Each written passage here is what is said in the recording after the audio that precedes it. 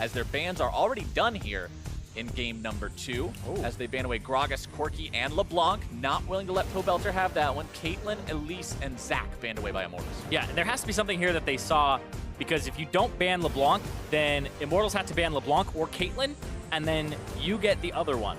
Or you trade 1 for 1, and it seems like they didn't want to do that, and they just go for the Callista here, which MASH played it last game, had an okay showing on it. I would actually say it was probably one of the better showings on Echo Fox in that game, and now Keith will have it in this one. Yep, Keith going to be piloting that as Immortals see the enemy pick one of their bottom laners and say, you know what, we'll go ahead and pick both of those. Grabbing the Twitch for Cody Stun, getting the Thresh there for Olay, that playmaker. You talked about this guy wanting to be the dude who makes the flash, makes the play, shows what he can do with those mechanics. This is the chance to do it. Yeah, if Cody Sun, you know, even in their losses in week 5 where they went 0-2 on Immortals, he had really great scorelines and was still rather consistent. So Cody Sun has been kind of a poster child of consistency, but not just consistency, because I feel like that becomes a kind of a bad word for AD carries. Oh, they're consistent. Oh, you know, they're solid, right? Like they aren't carries. But Cody Sun was having some carry performances. It was just, there was a lot of weight on his team during those games in terms of there was pressure mid, there's pressure jungle, and he couldn't really get freed up or have a front line. We'll see what happens here, because it looks like, once again, neglecting a front line here in the jungle, though, for Smithy. On the Nidalee, a little bit of a difference here, because we normally see him on things like the Gragas, the Rek'Sai with tank. Now, this seems like a takeaway here from Grig as well. Yeah, Smithy putting on his Mike Young cosplay, going to show us what he can do with Nidalee there in the jungle, as Rumble is locked in on the side of Echo Fox, so both bot lanes secured. You're not going to see any AD carrier support bans going into this second round of the banning phase. Kha'Zix and Galio will be taken off the table, though. A little bit of a different focus between the two teams. As is to be expected, though, you don't have perfectly paralleled picks in that first stage, unless it is Jungle Rumble, which is highly unlikely, but you never know. Yeah, you never know. The Galio ban away comment, I wonder if there will be a Renekton here as well to take away from him. Lee Sin is banned away by Immortals, deciding to focus both of those second phase bans onto Grig, removing some champions from his pool. Yeah, making sure that there's 5 taken away so far. Rek'Sai still kind of on the table, though, for him. I'm expecting a Renekton ban if they're kind of targeting that top side, but the Jax. Ooh, okay. A little bit surprising to see that one come through, honestly. Well, I feel like maybe he doesn't have anything that Looper would be comfortable playing into it, but it's Looper. I feel like Looper has something for everything, right? The Pantheon for the Kennen. He's played Akali. And okay, so he might even be able to play Renekton himself here. I'm sorry, he's got the Rumble, sorry. So, don't know why I was going off on that tangent. The last thing we mentioned about Rumble was Jungle Rumble. Yeah, so it was in my head. You're good. I played with a Rumble Jungle recently, so it was in my head and it got locked in. Anyway, yeah, the Kled up against the Rumble. Actually, pretty good matchup for the Kled. Rumble doesn't do enough burst damage and can like save up to dismount him and then kill him. So you kind of have to just dismount him, wait a long time, and then the trading pattern of the Kled usually will get him back on top of his mount on Skarl quick enough. So I do like that matchup. It's one of the ones that when Kled first came out, it was a favorable matchup, especially if you get like a Hex Drinker, but I feel like you just go HP, you stack for Gargoyle Stone Plate, and then you're good to go. Rek'Sai is picked up for Echo Fox. Syndra, the final lock-in for these guys. Damonte will be piloting that terror of mid lane this time around. You can see the 56% win rate across the North American LCS this summer. Champ is very, very powerful. Everybody likes to make jokes about press R to win, but when you get ahead, that's practically what she does. Pobelter deciding he'll take Talia into that matchup. Yeah, Immortals, a lot of engage here from having the pick potential of Olay, as well as Cody Sun can go ahead and stealth and affect mid lane. And this is one of the things as a mid laner is playing against Twitch isn't just bad for like late game in terms of playing against it, but like Twitch shows up mid. Twitch is like the AD carry you play when you want to gank mid lane and do it very early on. So I'm expecting to see something from Cody Sun where he's trying to make Damonte have a bad day overall. But Damonte has this Syndra, which is a great pick in pretty much the whole meta this year so far in terms of what you can play mid lane. And I want to keep an eye on Damonte's performance, especially early on this game, before anything really happens to him. Because we talked about him being a rookie. Before anything happens to him. Before anything happens, good or bad. Okay. I want to keep an eye on him because we talked about him being a rookie. We talked about last game Immortals potentially exploiting the fact that his nerves could get to him, exploiting the fact that he's inexperienced. I want to see now if he's got the mental fortitude to come back from a tough loss and a poor personal performance like in game number 1 and stay strong and stay consistent, for as much as we use that word, here in game number 2. because that can be a big thing. For some of these newer players, they have a bad game, and then it just sort of falls off the edge of the cliff going into the next games, and everything goes from bad to worse. I want to see if Demonte can step up and still have that strong performance. Game 1 didn't happen. Here we are, totally different game. We talk about synergies on teams. As a whole, we talk about a gigantic, the team gels. But right now, what Echo Fox had done with their swaps, and I kind of had an aha moment just a few minutes ago where I was just being very speculative and epiphany. Criticizing. Thank you. Yeah. Fancy words. You've kind of reunited not a team synergy, but some duo synergy. Keith is back with Gate, so you have the kind of the normal bottom lane. But Demonte is now with Grig, and he has the jungle mid synergy that he normally plays with when they're doing sub-squad stuff. So that may help him out because Acadian may not have been able to understand the resources. Look at this, though. The level 1! Ole ends up face checking about 5 people. Hasn't flashed. Away, more damage coming through. Flash forced out. More damage coming out from threaded volleys. Gate gets taken low and spins his Ignite. Ole gets taken low, spins his Flash, and Cody's heal is down as well. So it's 2 summoner spells for 1. Fox gets the better of that. Yeah, and now what Xmithy is doing is making them walk all the way back. If he can interrupt another back, it may help in terms of minion timing. So he's going to do it. He's going to throw it. And he got him. Right in the back. Minions have spawned. Very unfortunate, too, because there's no way you can start your jungle with 100 HP. Yeah, and he's going to back, and 1 minute and 20 seconds is usually the time that I'm like, if you back it 1 minute and 20 seconds and it completes then you'll be good to come back to your jungle and have full HP. But Grig is now going to have to wait. His camps will spawn, and then he's going to be late. So if they leash it for him, which is fully warded, and they don't have complete vision of the area, but they did see Immortals leave. So Echo Fox are going to start it up for him. And Grig won't be that far behind, but it is in Italy, so might be able to kind of outpace him here. And this way to him on a silver platter there. Just a little bit of work to finish it off. Of course, Keith's a bit worse for wear. He had to tank 3 or 4 auto attacks from the thing. Yeah, the question is, do they miss anything bottom lane? Nope, One, they get 2. there just in time. Feel like Keith might have actually... Did Keith miss out a little bit? No, Nope, they're dead even. Nope, they're dead even. They just barely managed to get in the range in time. Keith at Cody's low, son, though. though. They're deciding it's time to fight. Cody's son going to be knocked up. Keith takes a lot of damage very rapidly, though. Remember that Echo Fox has heal. Immortals does not. Immortals with an exhaust that they can use, though. Yeah, Keith will get back to about half HP. Cody's son does better for himself. Level 2 comes out first. Immediately mirrored by Immortals. Yeah.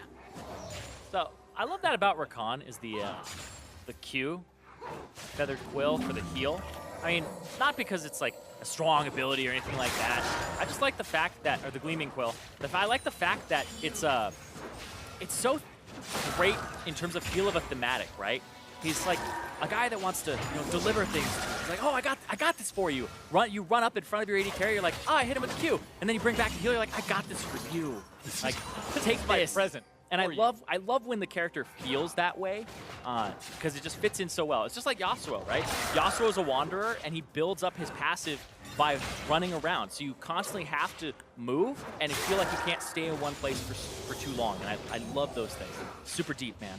Or like Skarner, who does his Q where he moves his claws around, and real scorpions do that too. So you're really role-playing and then Scorpion. gather the crystals, miss your kind. Yeah, exactly.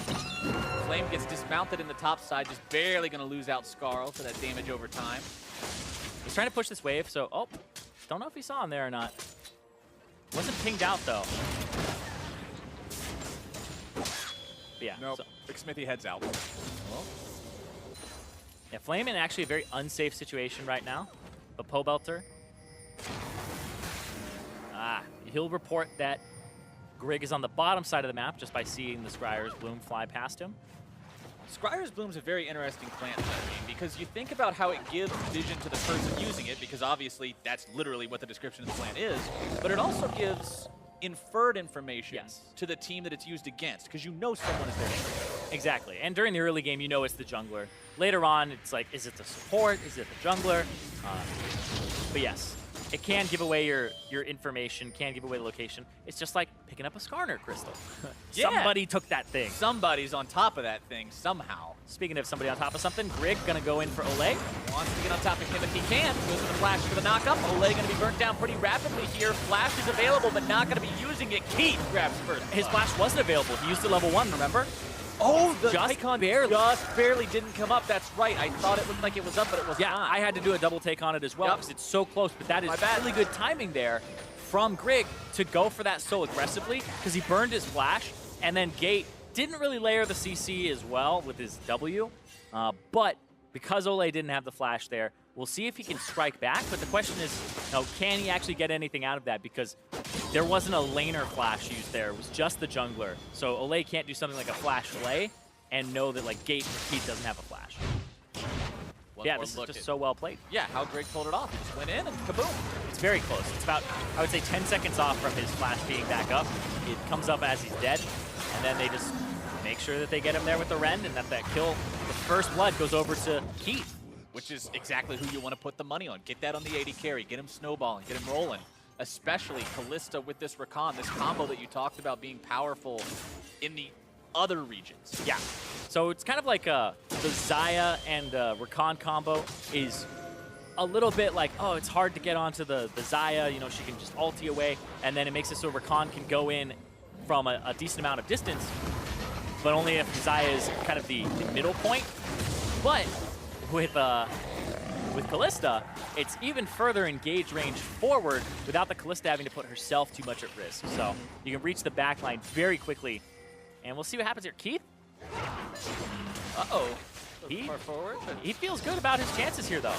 Takes a little bit of damage from Cody. Contaminate comes through to make sure that he takes a little bit more, as now him and Gate can move themselves up through this river, see if maybe they can find some opportunity elsewhere. Phil Belcher throwing down a control ward, moving himself back into that brush. Yeah. Level 6, he does have the wall. Strange. Smithy is there too. Oh, gonna spot him. Nope, no spear. Smithy not really finding anything just yet on this Nidalee. Nidalee's one of those champs that you expect to see some action out of early on, but I think Smithy hasn't found that just yet. Looking over at Grig in terms of his jungling. Oh, Delante. He's trying to interrupt the blue, trying to get something back, but he's going to find the control ward instead as he walks through the brush. But yes, Grig actually maxing E, so not doing what Smithy was doing, but he's still going tank, so he's not going for all of that extra bonus true damage off of having the extra AD. It's more so he wants that lower tunnel cooldown so he can go in and then get out in 2 seconds.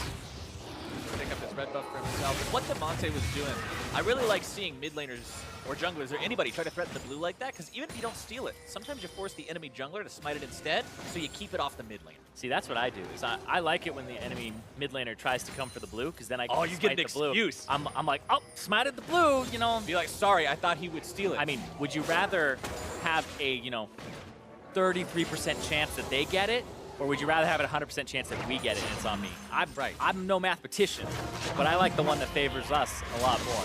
Right now, top lane's favoring Immortals to go in deep here onto Looper. Equalizer comes down to prevent any sort of dive shenanigans coming out. He can turn. Looper decides to turn this one around, though. Overheated Flame Spitter puts quite a lot of damage into Flame. Skarl's super slow. Demonte popped Ghost, and he's trying to get there so he can finish off Flame.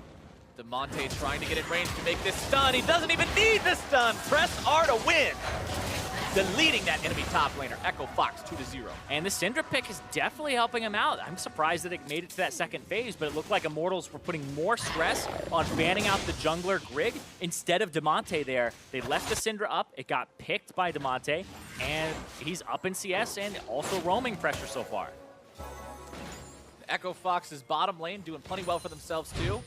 Enjoying the advantages they've built up there, but one more time, the engage from Immortals up here. Yeah, big credit to Looper here. Rumble, I mean, how many times have we seen Rumble 2v1 underneath turret, the flash away, then he puts his equalizer in a way against the wall where you can't continue forward. You have to retreat unless you're going to take a boatload of damage there.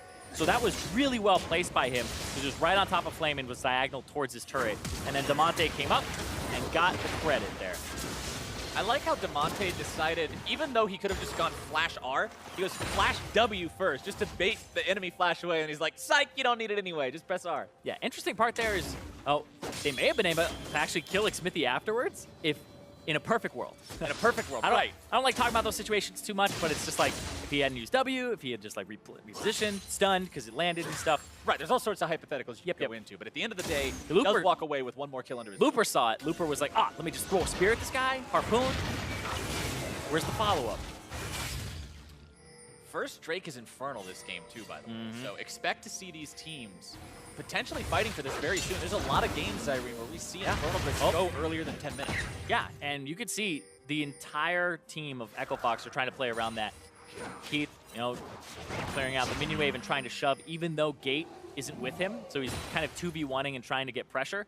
Gate was just making sure he has wards all through that bottom side of the jungle, setting up for the Infernal Drake. And Grig was getting the Scuttle Crab as Damonte has mid priority. So, like I said, winning the mid lane helps you win this part of the map very heavily. Echo Fox decides that winning mid lane is their ticket to grabbing Infernal Drake #1, and it doesn't look like Immortals is going to have anything to say about it. Yeah, top side of the map though. See what happens here. See if Grig is paying attention or not, because Xmithy just cleared out 2 of his tunnels on the top side. It doesn't look like they're paying attention. Well, Looper outplayed this the last time. Oh, there you go. Uh-oh. Yeah, he saw that Talia was roaming up, so he's like, I'm going to get walled in. I'm going to die. Because they know he doesn't have flash. But look at this. 2-man bot. There we go.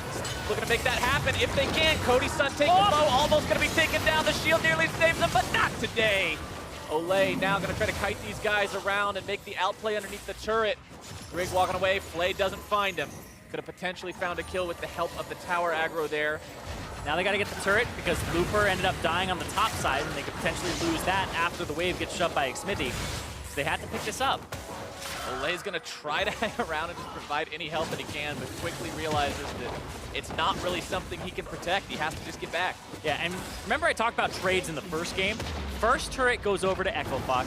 They got the Infernal Drake, and they get damage on mid lane as well as a CS advantage on Damonte as well. And that is just big for them. So you trade back turrets, but one of them has more gold on it because it's first. But still, large advantage there for Echo Fox off of the small bits of the trade. And these are the kind of Echo Fox early game leads that we're used to seeing. This is the Echo Fox that shows up a lot. Yeah, on the top side of the map, there's no flash on Looper. Flame, woo! It's the zoning ult. See ya, boys! He got an assist for that, too. I don't know why that was so funny, but just glad passed through.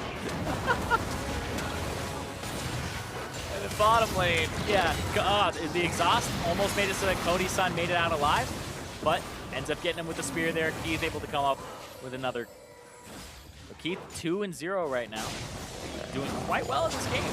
Yeah, they're focusing on Keith. They're enabling Keith. Yeah. Oh, Damonte also has that matchup in mid where he's actually got a really good matchup for himself, and he's able to roam and have pressure. There hasn't been much attention mid except for wards on either side. And you can see, remember, all of that bottom side was completely warded up from Echo Fox. They had it all inside the blue buff, etc. Now, it's all the top side. They've completely swapped where their ward lines are, because now they're going to play the top side Rift Herald, the top turret, instead of playing that bottom side. Work's done there. They got the Infernal, they got the turret. They're trying to keep that tempo up, and they might just get themselves a turret advantage here, and Echo Fox playing the map. That's what we want to see from these guys. That's where things seem to fall apart for them. It's where they fell apart last game, but this game is a different story altogether. Turret number 2 will drop on the side of Immortals. Echo Fox will pocket more global gold. They go up to a little bit over 1,500 gold lead. By the way, Zyrene, Infernal Drake number 2. Well, might snowball this right here, though, they're trying to cut them off. Wall not quite the wall doesn't go far enough. But Damonte's not answering. Just a little bit short. Keith's going to be taken low, eating some damage right now, but the damage coming in onto Pobelter may just be able to turn this one around. Keith almost dead, but Flame's not quite able to find it just yet. The damage from the pocket pistol. Damonte trying to finish these guys off. Olay falls first. Flame going to be so dangerously low. 2 dead for Echo Fox, 1 for Immortals. The health on Flame there had to be single digits. It was super low, but he ends up going for somebody else there, picks up Olay. 2 for 1 in favor of Immortals, but the bottom lane gets shoved in, the mid lane gets shoved in, and that was kind of exactly what Immortals were trying to get there. It was interesting because Flame didn't have his ultimate for a little bit longer. You really would have wanted the ultimate up to try and make that engage perfect, but they almost get away, and that was seriously well played from both teams as everybody was trying to escape. Like, there was a knock up there from Grig that delayed the death of his teammate there and almost made it so that he got out.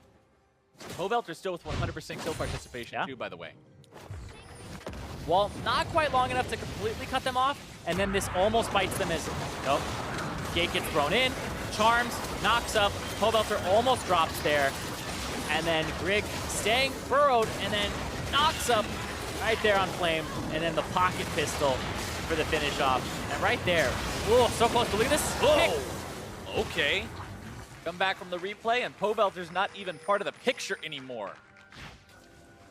Lots of damage on this Echo Fox squad when you think about a Fed Kalista, when you think about a Fed Syndra. If you're out of position even a little bit, these guys can punish. Yeah, oh yeah. There's so much in terms of engage tools here. Even without the ultimates up, you're looking at the fact that this is a Fate's Call.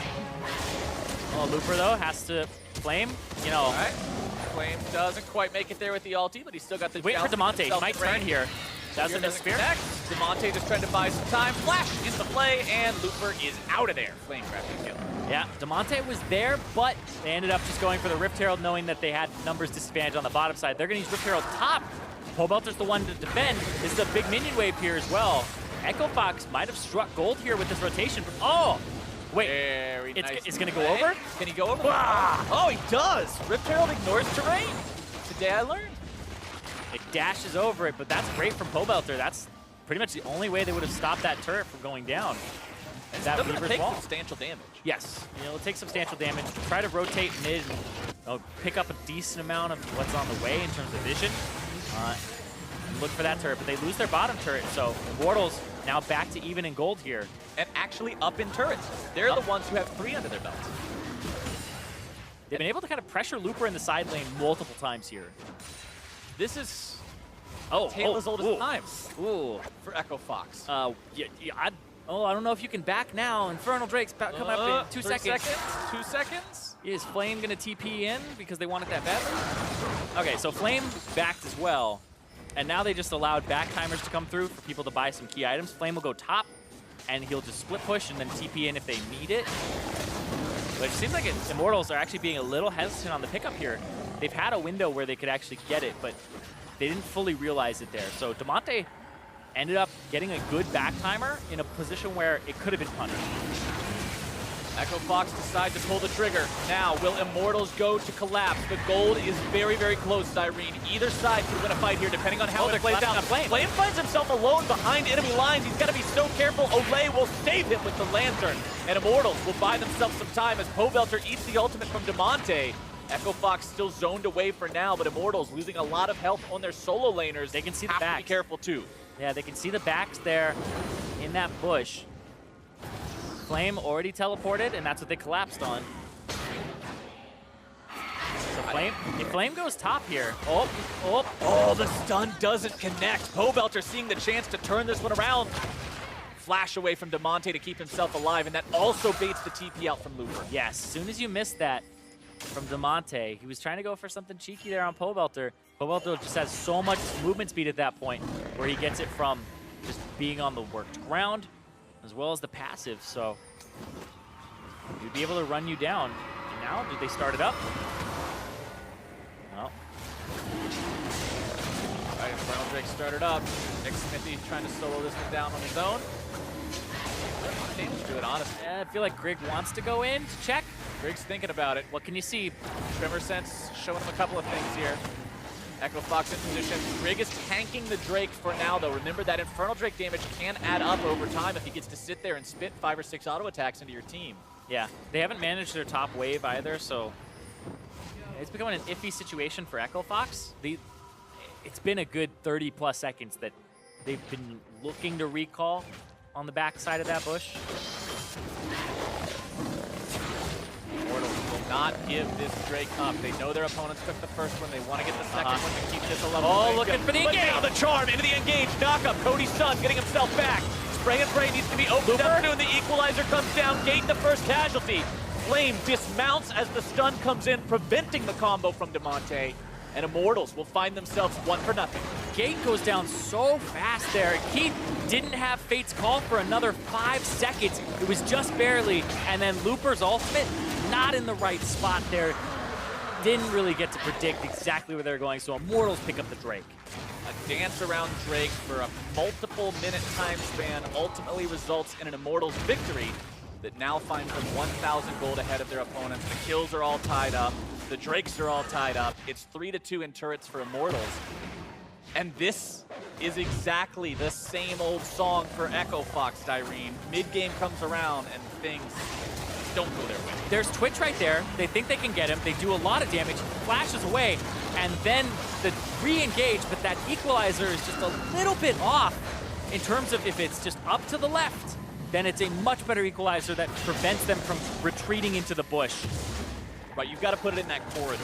Rumble Equalizer is so very effective at fighting in those narrow jungle corridors. It's what they've been looking for. Like, the fact that Looper's been navigating that whole fight this entire time, I was waiting for that equalizer to come down, whether it was, you know, maybe Xmithy starts up the Drake and you throw it on top of him. I was waiting for that moment, but it just never really arrived, and then it showed itself there, but it just wasn't in the right position.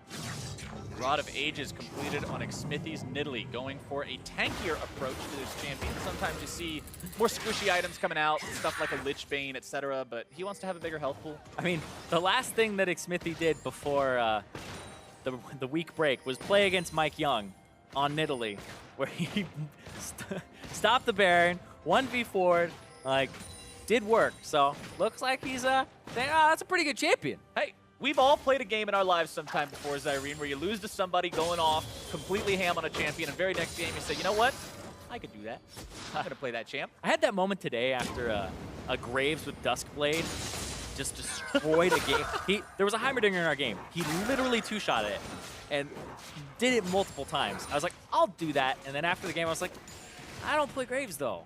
Very well at all, so why? I don't know what's more surprising between a legit two-shot or somebody picking Heimer in a ranked game. I mean, people are saying it's all right. It's all right. Well, maybe. We've seen stranger things. I've actually a decent amount of Heimers lately.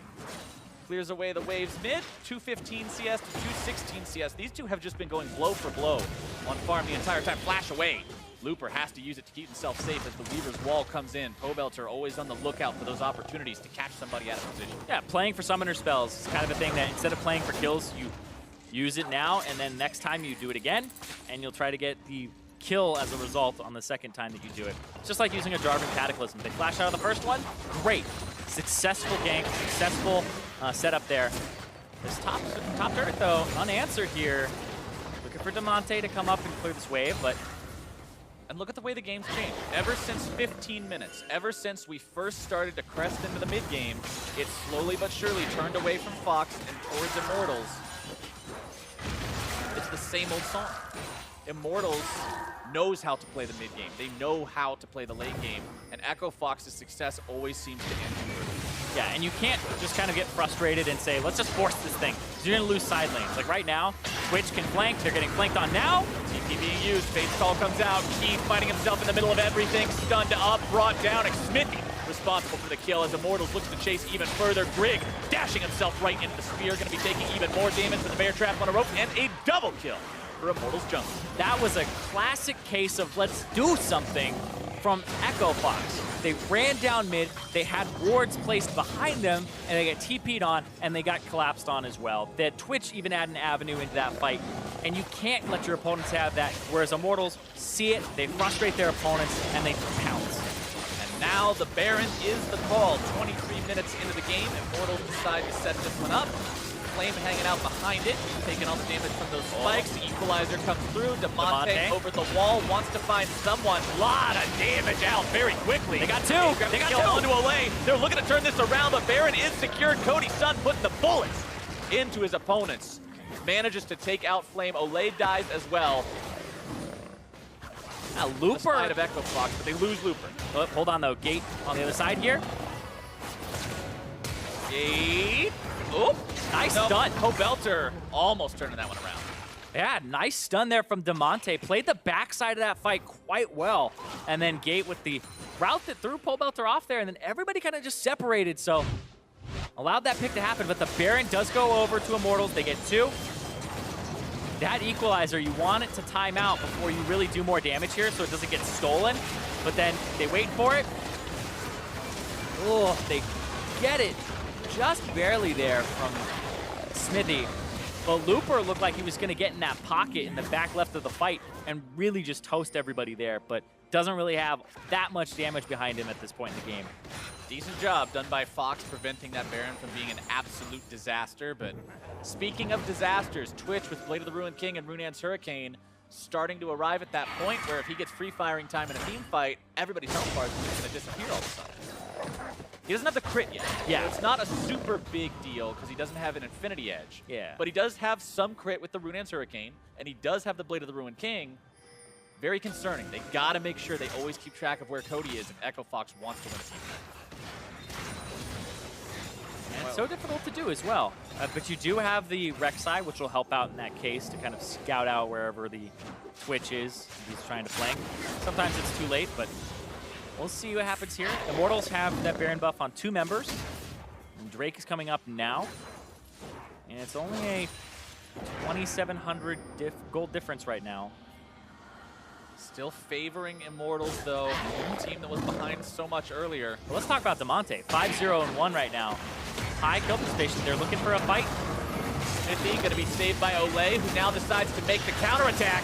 Into the fight goes Flame, trying to get onto those back lines. Grig dead first. The health bar is being deleted. Pobelter able to take down one. Damonte barely limping away from this fight. Can they get trying to kite. Dismount Flame, looking for more damage, but cannot find it. The pocket pistol for the second time this game. Oh, and that looked like Keith was getting close. It was like, is it going to happen? Is he going to be able to clean this up? Is he going to be able to just skip away? But not quite there. And Immortals win another fight, going 3-for-1.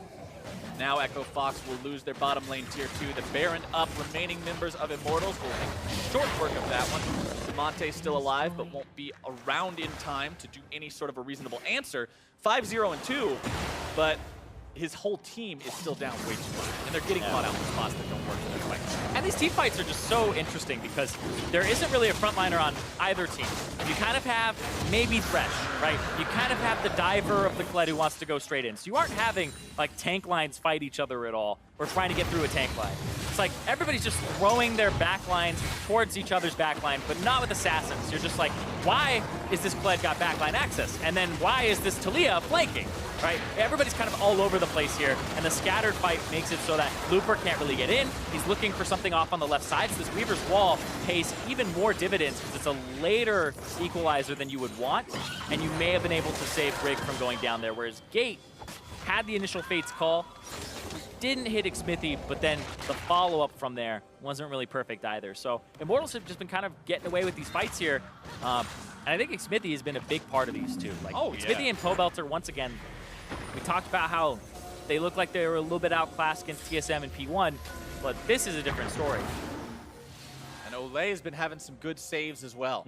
Throwing out the dark passages at the right times to make sure that nobody gets caught out with serious consequences on his side. We talked about his ability as an offensive playmaker, wanting to go for those flashy mechanics, those big plays and the catches. At the same time, the man's respectable on defense as well. Yeah, Olay has definitely been playing like a beast. Pretty much all split long that people are saying #1 support right now in terms of overall. But talking about Gate here, he did have a really good week 5 himself. And this just looks like playmaking build over and over again for him because he has the Righteous Glory to get in there. He has the Ionian Boots of Lucidity as well, which will decrease the cooldown of his flash. So Gate is just trying to have very frequent plays where he can jump in and try to catch Cody Sun. And one of the things about Twitch is you're always like, okay, can we reach the Twitch?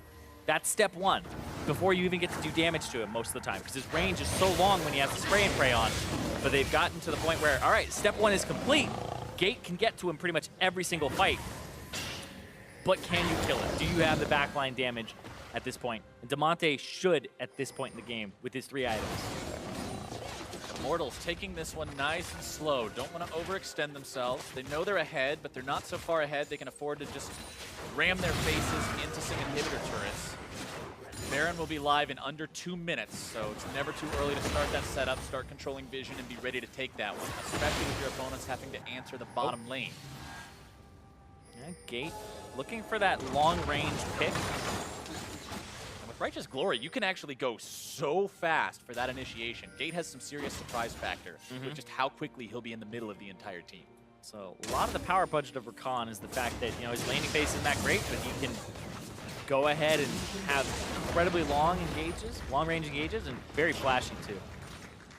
Echo Fox will lose their 5th turret now. Immortals continuing to control the objective pace of the game. They only have 1 turret left to take down outside Echo Fox territory, though. We know how difficult it often is for teams to break that inhibitor turret line without Baron buff. So expect Immortals to focus on this Baron when it spawns here in about 1 minute, because that's their ticket to really seriously trying to end this game. And they have a lot of wave clear on the team of Echo Fox. Looper can throw down his ultimate if he needs to in a desperate attempt, whereas Damonte, the Fed member, can just throw out Qs constantly and get those spheres on the ground. Speaking of how fed people are, Flame has hit that point that we talked about last game, where you've got the 2 health items, you've got the Gargoyle Stone Plate. When he goes into the middle of these fights now using the charge, he's going to be really difficult to actually get rid of. To put him in the dirt and make sure that he's not going to be a threat after that fades away. Echo Fox has tools. They have damage. You've got a Death Cap and a Void Staff on your Syndra, but can you afford to try to have to use those on a clan? And I don't believe the answer is yes. Yeah, I don't think so either. But at the same time, you got to get rid of them. Yes. Looking at some of the builds here, like getting a little bit distracted by that, because Cody's son, he said, no crit. Still, Hex Drinker, Phantom Dancer, indexing very heavily on staying safe, because like I said, step 1 will happen, right? You will reach him with Gate, right? It's can he stay alive? Do you have enough damage? So he's trying to kind of negate that and make sure that he can stay alive as a kind of preventing a loss condition from Immortals. But I also like that he's been split pushing a ton, and they've been playing 1-3-1 with Pobelter wave clearing mid, Flame clearing bot in his winning matchup, and then Cody's son was top. So you can see he's 2 levels up over Keith, who's been part of his 3-man unit, whereas solo experience can go into Cody's son, and he's also been able to just constantly be in a position of pressure, because once Twitch shoves out a side lane, you can constantly collapse and stealth around. And right now, the control mid, they'll have to see here, no blue trinkets available. Xmithie's not tanky though, they're gonna have to walk up here. This is when they'll give it away, but it's half HP already, and it's walled off. The wall should do dead. the trick. Xmithie secures it before Greg can get anywhere nearby. Immortals now might have to take their fight. Gate trying to force the fight, but he's not able to make it. Back line, Equalizer comes down. Olay gonna be taken out first as Greg goes down second. 1 for 1 so far. Looper into the back line, popping the Zonya, staying alive, trying to get back if at all possible. Immortals may lose even more here. Gate trying to jump in. Damonte over the wall with the flash. The spear comes in, but does not find him. Bear trap on the rope, gonna be pulling him back. And shut down by Flame. Damonte gone means the rest of Immortals may be able to pursue this even further. But Looper turns on the Jets and takes one down with him. Pobelter grabbing that kill, though. Gate still trying to escape this. Cody's son coming around from the side. Wants to cut him off. Gate able to dash to safety. So, you know how escaping with Keith. We get to rag on Cloud Drake a lot? It's going to help them here. They're about to catch up. Cody's son, Cody's almost real there. fast, though. Throws out the poison, slows them both down. Now he doesn't have to CC. Come out. All right, that's a rampage. There's the Cody reset. can make it 2, though. Slow comes out. Keith's going to take a couple of hops and skips and jumps. Is it enough? Cody still wants more. Oh, that's the slow. I don't think Keith's going to be lost to this road, or is he? I spoke too soon. Caster Curse, except it's good luck for Keith. Gets himself away. Let's go the opposite direction with it. So it's a blessing.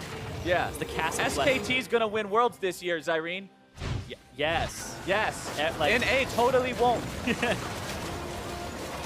Anyway, just going back to this, that was a beautiful equalizer from Looper. It forces Xmithie off to the left. Pobelter has to go up and to the right, and then Looper, not the best angle there, but when he uses the Zonias, seriously, was doing a lot there to zone Cody's son. And Damonte wanted to flash and get Cody's son here, but he doesn't quite get him, and Cody's son retreated into a different direction at the last second, but then gets the counter kill there as he gets killed by Flame. Right here, the harpoon to the face and the turn to papa. Nicely done. Yeah, Looper, like, I never know where to rate Looper because he's got his Looper plays and then he's got his blooper plays, and they happen back to back, right? It's just same game.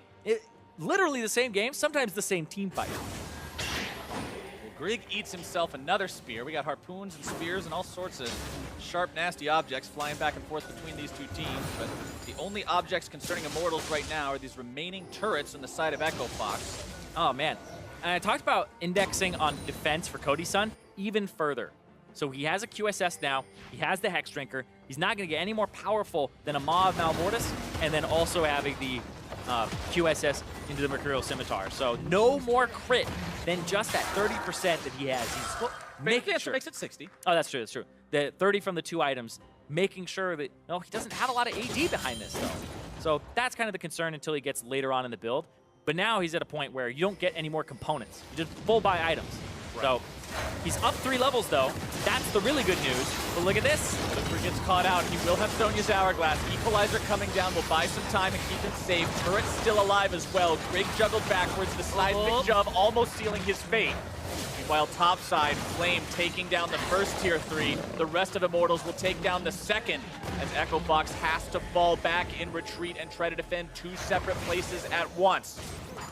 Looper not in any condition to make this 1v1 happen after expending his resources defending bottom. Flame will collect on that top lane inhibitor and gets himself away.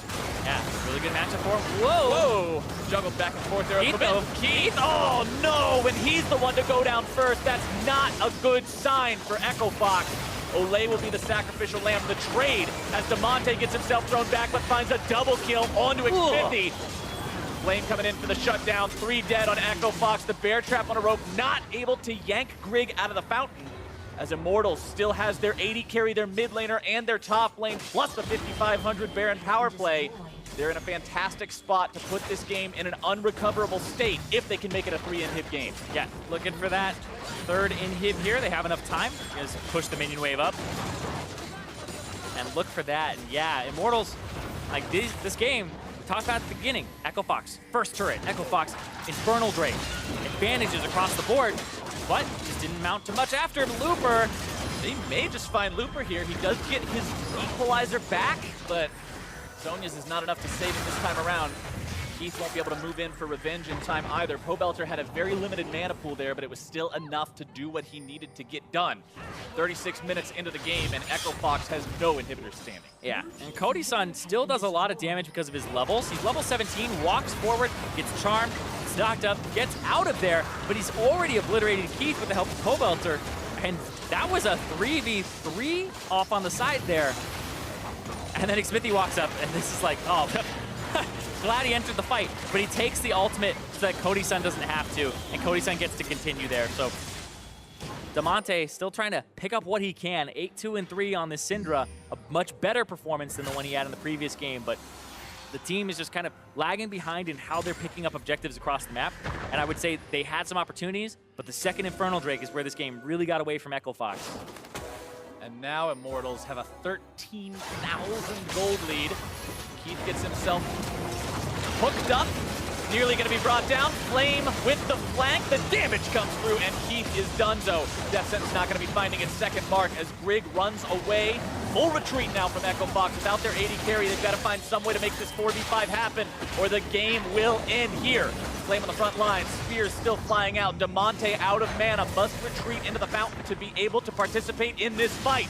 But Immortals are at the Nexus doors. Onto the turrets they go. A hook onto Gate, they just seal his fate. He's out of there before the CC ends. Xmithy grabbing the kill as Nexus turret number 1 falls. Nexus turret number 2 now has to stand against the remaining entirety of Immortals. The stun comes through, the equalizer goes down, some health bars disappearing, but it's actually Fox who goes down first, and IMT will claim a 2-0. And Cody-san with a great flank there at the end to close it out, but really, macro superiority, there's a reason that Immortals have been number 1 or 2 in the standings all split long, and it's because their macro game, their shot calling, their decision making in the mid to late game is just that much better than the teams below them. And we came into this series saying, Echo Fox wants to prove they're a team that can make it into playoffs. Immortals wants to prove that they're a team that's still top of the table, and Immortals did. Week number 5, yeah, it didn't really go too well for them. They went 0-2. It was a bit of a shocker for everybody.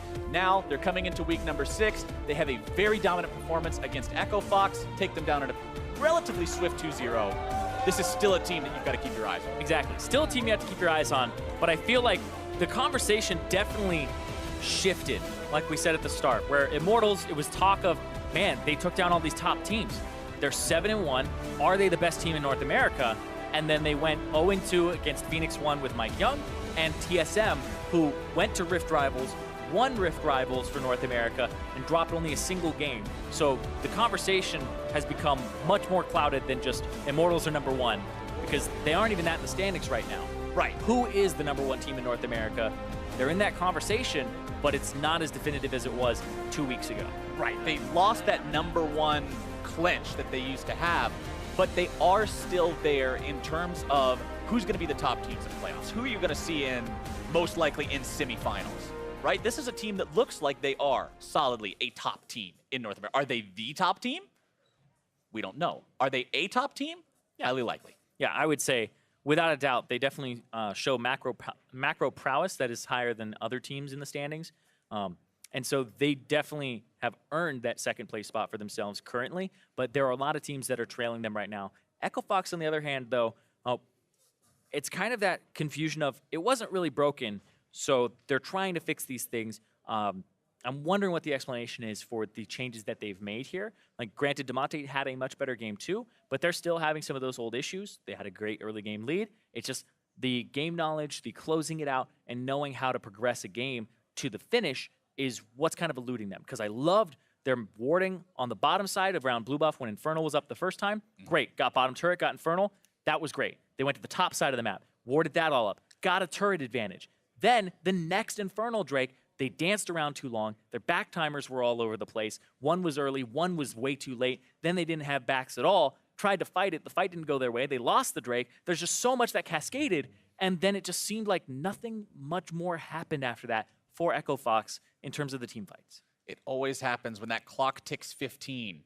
It's like the ball is over. You've got to get home. Yeah, and then they keep putting themselves in situations where the longer the game goes, more opportunities you give for a Talia to throw a wall, get a flash, throw a wall again, get kills. And that's what Pobelter did, was be incredibly proactive with his Talia walls. Well, to hear a little bit more about the series, let's send things over to Pastry, who's standing by for an interview with the victorious mid laner.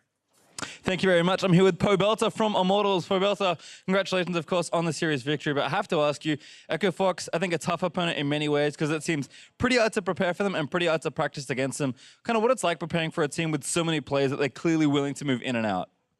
Well, we didn't have anything based off of scrim records or anything like that. So we just tried our best to look at their solo queue accounts to see what they were playing in solo queue and make a game plan off of that. And I think it worked out pretty well, so we're happy about it.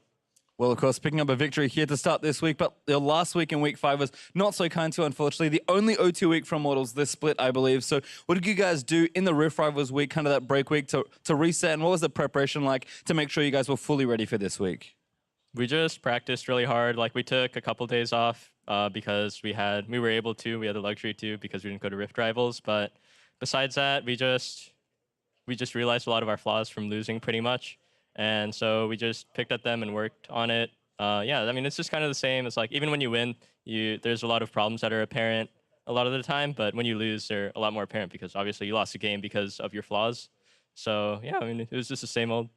All right, my final question for you. Your last opponent for this week will be Cloud9. Of course, that means you're back up against Jensen. Immortals was victorious last time in the series, but Jensen's been playing like a man possessed. What do you think of your matchup there in the mid lane? Yeah, Jensen has been really on fire this split, and it's like kind of a combo of him just individually being really good, and also C9's kind of game plan is let's get mid ahead, and they kind of don't seem to do much else besides that. Like, it kind of feels like, wow, if Contracts is here, it'd be really bad, then he's going to be there. So I think all I have to do is kind of try and hold my own against all the massive pressure they put around mid, and then we can win.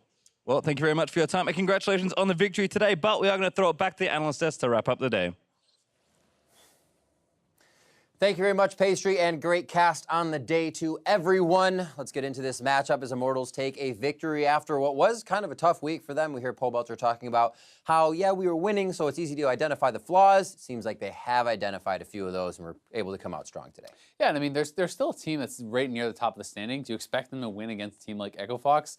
Zyrene talking about, are these guys in conversation for the top spot in North America? And Zyrene seemed to think they were. So you need to expect to win against all the teams except the ones maybe at the very top if you're even in that conversation. And it's interesting to see what Echo Fox actually tried to do today with switching out more than one player. We haven't really seen this within a series for multiple players to be swapped out, and they're trying different things. Yeah, I'm trying to think if I've really seen that before at all. I mean, this is 3 different positions that were swapped back and forth in this series.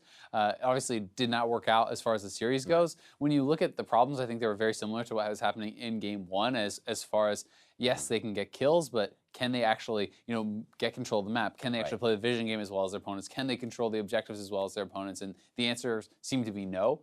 In general, it seems to be Echo Fox's problem all year long. When they're losing, it's because they don't have a good mid game, because they're not controlling the mini waves. They're not able to actually control objectives because of that. So everything kind of hinges around that. They have their early game, but for whatever reason, they just can't seem to polish up the mid and the late game stages. And Immortals was able to find that, especially now with Xmithy. We'll go in 26 minutes here. Immortals 3 for 1 in the red side jungle, right where that man lives. And we'll see how this one starts off.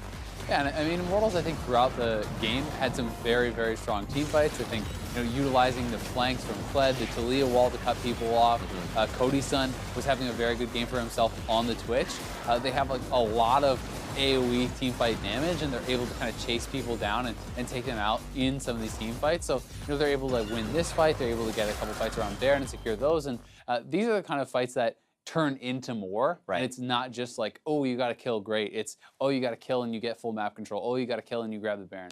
And that's kind of why Immortals was able to take hold of the game. Also, some of those were pretty touch and go. You got a lot of low HP, but then a lot of Immortals members living on the end of those plays. We'll go to the 33-minute Baron play where even more people, more low health plays, but again, Immortals coming out big.